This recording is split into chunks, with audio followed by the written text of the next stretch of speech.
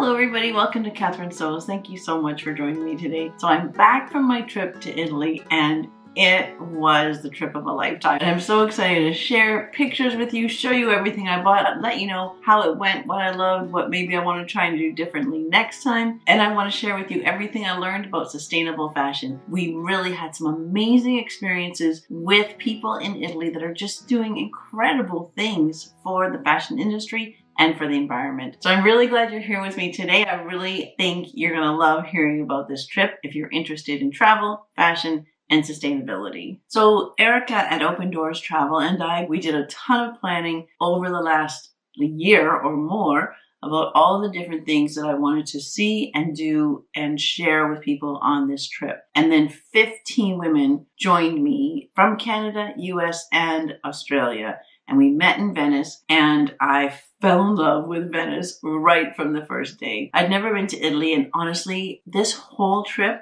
was 10 times my expectations. It was beautiful. Italy is such a beautiful country. The people were fantastic, and they were very helpful and friendly and super sweet. So the trip started in Venice, and Erica wanted me to go there the day before to sort of get settled into the hotel, get over a little bit of jet lag, check out some of the venues, and get myself situated before the tour began. But at least half of the group showed up a day early as well. But that was really nice. We ended up having a dinner together on that first night, and then the next day, before the trip officially began, we got together and started to explore Venice. I absolutely loved Venice from that first morning. I think it's maybe one of my favorite cities in the world. I love, there's no traffic. There's not even bikes or scooters. Everything is pedestrian, or you travel by gondola. And it's the first gondola I ever saw in my life. Already I was in love. So it's just a beautiful, beautiful city. If you ever get a chance to go to Italy and go to Venice, you'll just love it right from the beginning. One thing I definitely wanted to have on the tour, which we just didn't have the time to fit into the actual itinerary, was the Fortuny Museum. Fortuny was a fashion designer, an inventor, a photographer, an artist, and just led this like beautiful bohemian lifestyle in the heart of Venice. And so the Fortuny Museum is in his home. And you know what? When I was in fashion school, I remember learning about Fortuny pleating and this beautiful style of dressing that he had pioneered along with his wife. And in the museum, suddenly, like, there's the dress. There's the dress that I learned about when I was in fashion school, I'm going to say 40 years ago.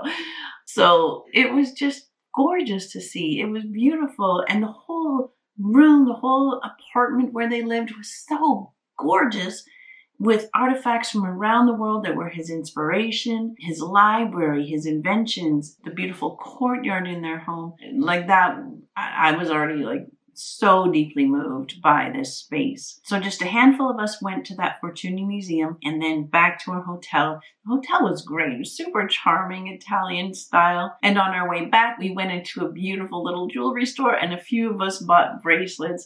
I bought this silver one, and then a couple of the other ladies also bought the same style, but in gold. And so we took our pictures wearing our bracelets. The next morning, we had a walking tour of the city from a really excellent tour guide. This was our first tour guide, Alessia, who taught us all about like the Doge's Palace, and which has a different connotation now, but it has been called the Doge's Palace for hundreds of years.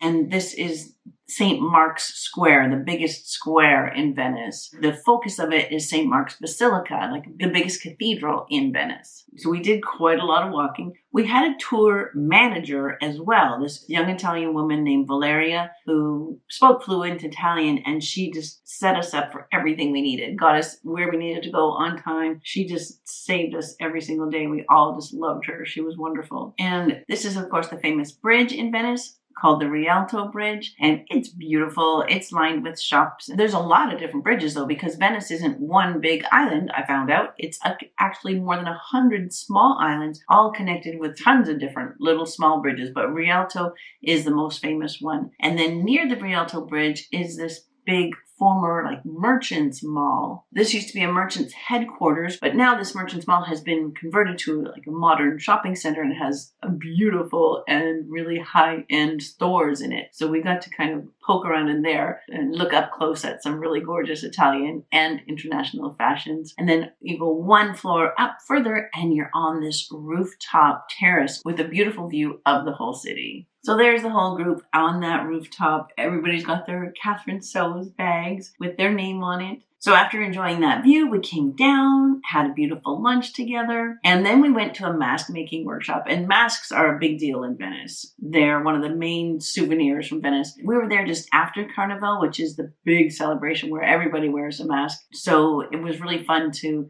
do this little mask making workshop. I found one for Catherine that says, "Don't rush me." Basically, we painted our little masks and then hand them over to this master mask maker, and he did all the swirly touches for us. And so we all got to take home a mask souvenir. That's just a really fun, easy workshop to do. It was lovely. After that, they led us through to see some glass blowing, and this master glass blower, just within the space of a few minutes, turned a big hunk of glass into this beautiful vase with a horse coming out of it. Like, it was amazing what he did in just a few minutes. They talked about everything that goes into the glass that Venice is so famous for. There's the Rialto Bridge. In the evening, you can see all the shops on it starting to light up. And then we had a tour in the evening of the Cicchetti wine bars. So you kind of can go from bar to bar, have a little sample of a drink, have a couple little appetizers that they make. We just went to 2 and that was enough. We were really full just from the appetizers and a couple of glasses of Prosecco that we had at those 2. It was a fun tour. And this is our tour guide. And she had on this amazing coat. And I said to her, like, I know that everybody in this group loves sewing and they love textiles. And so we're all noticing your jacket. And she said, "Oh, I got it in New York City." And I was like, "Chelsea Market. You got it in Chelsea Market." And she was like, "Yep, I did." It's so funny that people who love fashion, we just have those funny connections, right? Venice at night is possibly even more beautiful than it is during the day. It was just gorgeous. Some of us had 3 nights in Venice, but the tour officially was 2 nights in Venice. And then we packed up and headed for Florence, but we made 2 stops along the way. And Padua is a smaller city, but just an amazing amount of history. We went to a famous church there and a university where Galileo that did his most famous lectures there. We walked through a few different markets. One of them was this fruit and vegetable markets, and just look how beautiful all the food is. All the cheese, like, it was gorgeous. But the main reason we stopped in Padua was because there's this open air secondhand market. I don't really think any of us bought anything at that secondhand market, but I picked up some nice ideas. And I was trying to sneakily take a couple of photos of some things that I want to try making. So that was the beginning of a long list of ideas that I want to make now that I'm back. So definitely there's going to be some good upcycling videos coming because of ideas that I collected along the way. Then we continued on to Bologna to an organization called Double Trouble. And what they do is they use like offcuts and ends of leather scraps. Basically, they put leather scraps and unwanted pieces of leather to use making like beautiful bags and things like that. And so they gave us a little workshop and we all made a funny little like tortellini shaped keychain.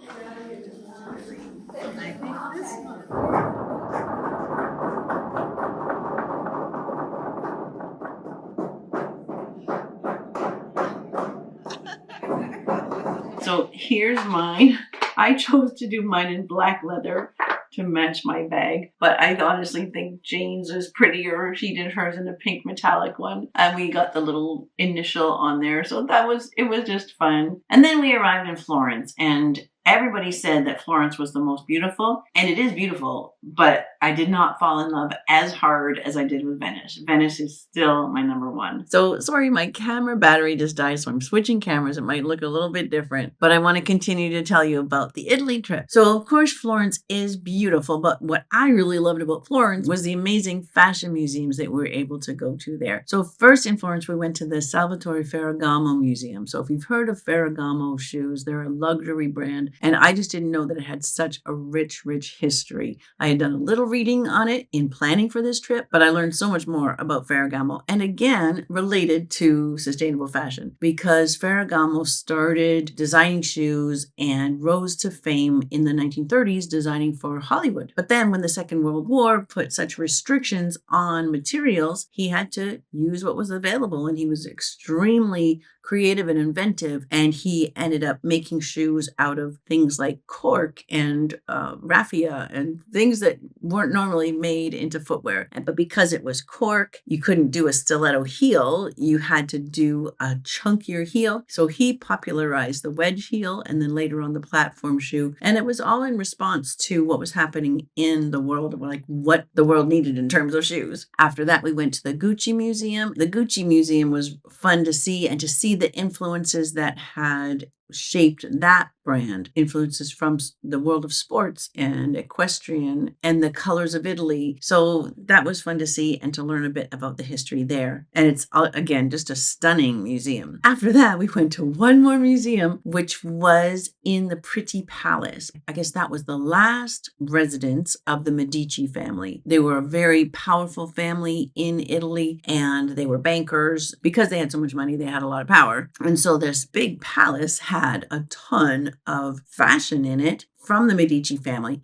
Then it was all donated to become a museum. And so now there's just this really fabulous fashion exhibit that shows a range of fashion from about, I think it was 1750 all the way up to the 1980s. It's really beautifully laid out, gorgeous clothes, and really a nice way to see the progression of fashion. So that was our big museum day. It was breathtaking and very inspiring. But then the next day was our big day learning about sustainable fashion. So while we were staying in Florence, we actually had a day trip out of town to have a really amazing experience all about sustainable fashion. We went to a town called Prato, which has hundreds of years of experience in textile production. They're kind of famous for textile production over the centuries. And in between the wars, when raw materials were so scarce, they started doing recycled textiles. So we visited 3 different companies that all kind of work in harmony with each other to produce recycled textiles. We started at a place called Fratelli Boretti, where they get all kinds of offcuts of discarded textiles. So lots of scraps from big brands. They purchase those scraps, and then they have to sort it into color and into the different fibers. So they had big piles of wool and cashmere and cotton and linen, and they had highly trained people sorting them into the different fibers. They focused on natural fibers. They can't really do too much with synthetics,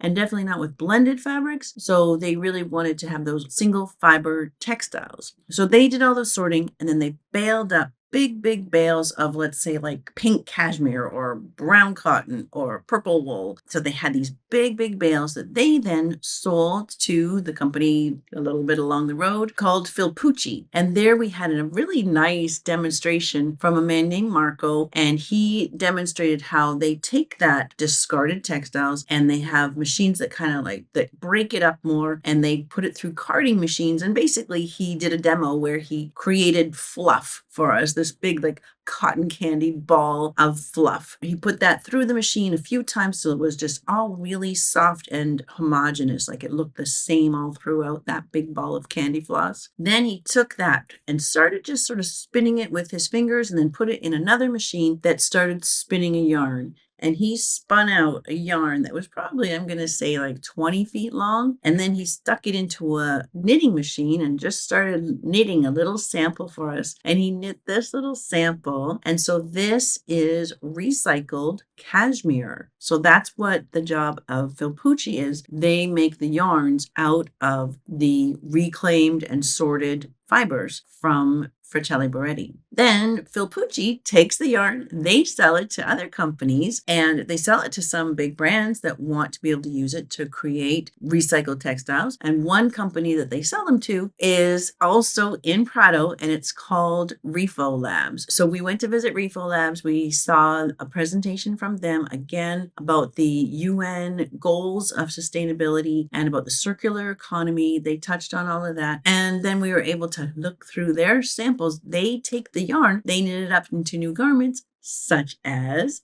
recycled cashmere. So I bought this sweater from Refo Lab, and it's recycled cashmere. It's so soft and light. I just love it. And it's like very similar to the little swatch that Marco had knit up for us. So that was just such a nice demonstration of how companies can work together to create sustainable fashion. They told us that cashmere and wool and natural fibers like that can be just recycled and recycled and recycled up to 30 or 40 times, which blew my mind. I didn't realize that it was that much of an incredible resource that you can just kind of keep it going. That was amazing to learn. I also bought a recycled cotton sweater from them, which I love equally. I was really happy to be able to buy something from them because I really wanted to support what they do because it's amazing. Also in Prato, we got to go to the textile museum there, which was incredible. They have a really interesting and beautiful permanent collection of everything to do with textiles and the textile production history in Prato. But we were just so fortunate that there was also this incredible temporary exhibit called Velvet Mi Amor. So it was this super interesting exhibit with artwork, really. It was wearable art that was made by two Italian artists, fashion designers. I think it was a father and a daughter, Stefano and Carina Chiasi, I think is how you pronounce their last name. But holy smokes, I've never seen so many ideas in one room. There were 24, although it seemed like a lot more, figures in the room. And on each outfit, there must have been 10 different ideas, like 10 different inspirations that you could take away from them. Absolutely incredible the amount of work that went into each of these outfits, entirely in velvet, but with loads of different textures, different colors, just different ideas. So that was really inspiring as well. So while we were in Florence, I did get to finally poke into a vintage store. We really have to build in more time for thrifting in the next trip because it was sort of like grab it wherever you can. So there's this one vintage store in Florence called Melrose Vintage, and it's big. It looks like a tiny shop, but it just keeps going and going. And so I found this jacket on the wall and I thought it was just the coolest thing. It's got all these buckles all over it, and the sleeves, look at that. The sleeves, it took me a while to figure out. There's this buckle and then the sleeve folds back on itself. It took me a while to figure out, like, what is the purpose of that? What you can do is unbuckle it. The sleeve folds down to be super extra long, and then it crosses over as a straight jacket. So it's a little odd, a little different, but I just thought it was the coolest thing. So I texted the ladies and I was like, should I buy this? And they're like, yes, get that immediately. So I did. And then of course they had to straight jacket me and try it that way. So that was fun. And I am glad that I have this jacket. I just love it. So then from Florence, we went to Milan, and I really liked Milan. It's a much more modern city, really busy and fun and still very walkable. It had a good subway system and modern buildings, and it was just very different from Florence and Venice, which are just feel so much more historical. Of course, there's a rich history in Milan as well, but it's much more modern. And the shopping in Milan is out of this world. It's the city that has that gorgeous galleria with the vaulted ceiling. I mean, the pictures are unbelievable. You would never think that that's just like a shopping mall in downtown Milan. It's absolutely beautiful and worth a trip in itself. In that building, we went to the first ever Prada store. That was really fun. I tried to buy just a little keychain from Prada. No. Can you even guess how expensive a little keychain could possibly be? I thought, 30, 40 euros, which would be like $50 or $60. I thought, that's a nice indulgence. I could treat myself. No. The little keychains were 350 euros. That was just cuckoo. So no keychain for Catherine. But then we got to go to the atelier of a young Italian fashion designer, Ludovica Gualtieri. I hope I'm saying that right. And she gave us a presentation, which was really astonishing. It was an education in circular economy and zero waste cutting and how to design with the whole life cycle of the garment in mind. She gave a beautiful presentation, taught us so much, was very generous with her time, and it was just such a treat for us to see what she does and to be inspired by a young woman making such a difference in the fashion world. And then we got to see 2 more young women doing really, really impressive things. So this was at the Atelier Filippari, and it was 2 young women who started this company as part of their master's program thesis. And they wanted to find ways of making sustainable textiles. And so they actually have found a way to make textiles out of marble dust. Isn't that bonkers? Like, I never would have thought that that was possible. But here they were. They found ways to take the marble dust, which is very abundant in Italy because they still, all through Italy, buildings, staircases, statues, everything's made out of marble. And every time you cut marble,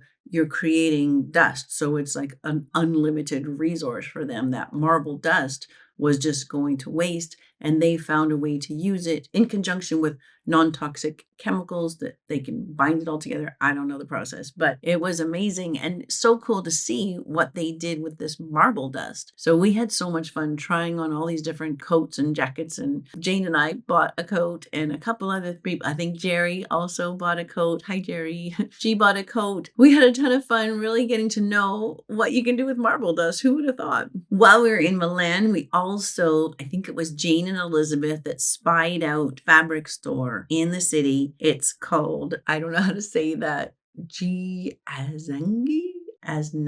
G Aznagi? I don't know how to say that. That little fabric store was heaven. And so all 16 of us poured in there. I think we made their day. Everybody bought something, I think. And they were super sweet and helpful. And when you buy fabric, they give you a little label to sew into your garment too. So I bought 2 pieces. Kathleen helped me pick that out. Isn't that just beautiful? It might be more Kathleen style than mine. I think I can step up and wear something like that. It's a stretch knit, like a jersey knit, absolutely gorgeous. And the colors are really beautiful. So I'll be making something, maybe a 2-piece set, maybe a dress. I'm not sure yet, but I'll definitely show you when I make something out of this. And then I spied a little remnant, and this, they had some beautiful silks. This silk, isn't that gorgeous? I wish you could feel it. It's so stunning. And the print and the colors, like I died. That's just so beautiful. There's only 1.3 meters here, close to 1.5 yards, but not quite. So I'm going to have to be thinking about what I make with that, but I just adore it. It's so beautiful. And then the last thing we did in Milan, we went to another atelier, and this one was called Spazio 3R. I hope I say that right. It's 3 R's, so reduce, reuse, recycle. And they do, again, like I was really moved listening to what they do. They take dead stock fabrics, so fabrics that were being discarded, they're putting them to good use. They're making garments and bags and pouches and things for sale, and they're producing them by giving training to women at risk, women from all over the world who've come to Milan, who've experienced violence or other vulnerable situations. They give them training, they change their lives, they transform the lives of these women, they transform the fabric. They are just transformative. It was beautiful to see. And the funniest thing was that they let us get onto their beautiful industrial sewing machines, which a lot of the ladies had never used. They brought out fabrics and they let us make stuff. It was so funny to see 16 women who love to sew, and none of us had touched a sewing machine in almost 2 weeks. And we were all just diving in there like, yes, I want to sew. So half of the group made tote bags. The other half made these really cute little baskets that kind of fold and have all these pockets. And this is the tote bag that I made at Spazio 3R. I love that fabric. I thought it was really pretty, and it was just fun to get onto their beautiful industrial machines. The one that I used had the brand name of Jack, which I've never heard of, but it was a fantastic machine. I fell in love with a piece of fabric they have, and they don't really sell fabrics, but I managed to convince them to let me give a donation in exchange for a couple meters of this fabric, because look, like it's all pieced together. Some of the sections are very sheer and some are velvety, and I just thought that would make the most gorgeous skirt. So you'll see that in a video coming up sometime soon. I could not leave Italy without that fabric. I loved it. So again, it was inspiring because these people are doing such good work and such meaningful and beautiful work. And they were just so generous with their time. And those are things, like all of those experiences at those different companies and having those visits with those companies, those are things that we just would not have been able to do on our own, right? It's only in a group tour like that you can make these arrangements to go and have a visit with a company and they'll do a presentation for you. And it was really special. Like, we learned so much, and it was lovely to just engage with these people and hear about the amazing things they were doing. And then some viewers were asking, how did my packing list go? Do you remember I made the video about Pack With Me for Italy? And people wanted to know, like, did that work out? Was that a good amount? Was there stuff I used? I ended up wearing everything. Some things I wore multiple times. I didn't wear my swimsuit. That was the only thing I did not wear at all. And that's because it was a lot colder than I expected. And also because it was colder than I expected, I probably did not need either one of the skirts that I brought or the dresses. Honestly, I could have got away without those at all. But it was nice. Like, I enjoyed wearing both those dresses and skirts. It was nice to be able to dress up for dinner a couple of times. So in general, I would say yes, my packing worked out well. I love the fact that everything went with everything. That made it really easy to get dressed in the morning as I was hurrying out of the hotel. So yeah, that worked out well. So this is my leather jacket that I brought. Even though the collar is delaminating, I did not replace it, did not find a nice leather jacket that I could afford, but I have some fun ideas of how I'm going to deal with that collar. So that's coming up in a video as well. And the whole trip, really, it was such a dream. I really loved meeting all the ladies. There was a lot of talent and skill among those 15 participants. It was really neat to get to know each other in terms of, like, just as people, but also as fellow craftspeople. There were people that were quilters and bag makers and clothing makers and costume makers. Everybody had different kind of skills and talents and different levels of experience. And that was really nice to just hang out with people that have a similar interest and a similar love for textiles and fashion and sewing. That's really what the trip was meant for, right? To bring people together, to find your tribe, to find people that have those same interests and share an experience that you would not be able to do on your own or even with your family, right? You really need to find your people for those shared experiences. It was my first trip like this, and I want to do more. I want to keep creating really amazing experiences like this to share with you, either you as a participant or you as a viewer. What I loved about the trip is that I could get to see Italy in a different way, with a focus on fashion and sustainability and textiles, and just all the time with all the lovely ladies. I really like that we had so many varied experiences. Everything that was promised in the itinerary was delivered, and I couldn't have asked for more. Catherine was wonderful. She was wonderful, great host, gracious, friendly. Couldn't ask for more. It's been an awesome tour. I can't believe how much we have seen in such a short amount of time. We saw some amazing businesses. A lot of them are women-based businesses, which is so positive. We went to a place where they make marble dust into clothing, and I got a coat. We also went to a place where they help women at risk and gives them tailoring skills so that they can transform their lives. We were a group of women who didn't know one another, and we have created these wonderful friendships, everybody bringing different things to the table. And we will have friends forever with them, and it was so lovely. So tell me about your experience working with Open Door Travel. I loved working with Erica. She was so helpful, and I took advantage of all of her services. She booked my flights. She got me transport from the airport to the boat taxi. The girl even carried my bag, which wasn't part of the service, but she did. She felt sorry for me. And everything has been seamless. All the preparation, everything is just as she said it would be. Okay, so that about wraps it up. I hope you enjoyed seeing that. It was really a thrill of a lifetime, and I have so many ideas now of things I want to make. I'm just itching to get back to work, back to upcycling and sewing and sharing those ideas with you. Okay, so thanks so much for letting me share all of this with you. And until next time on Catherine Sews, you take care.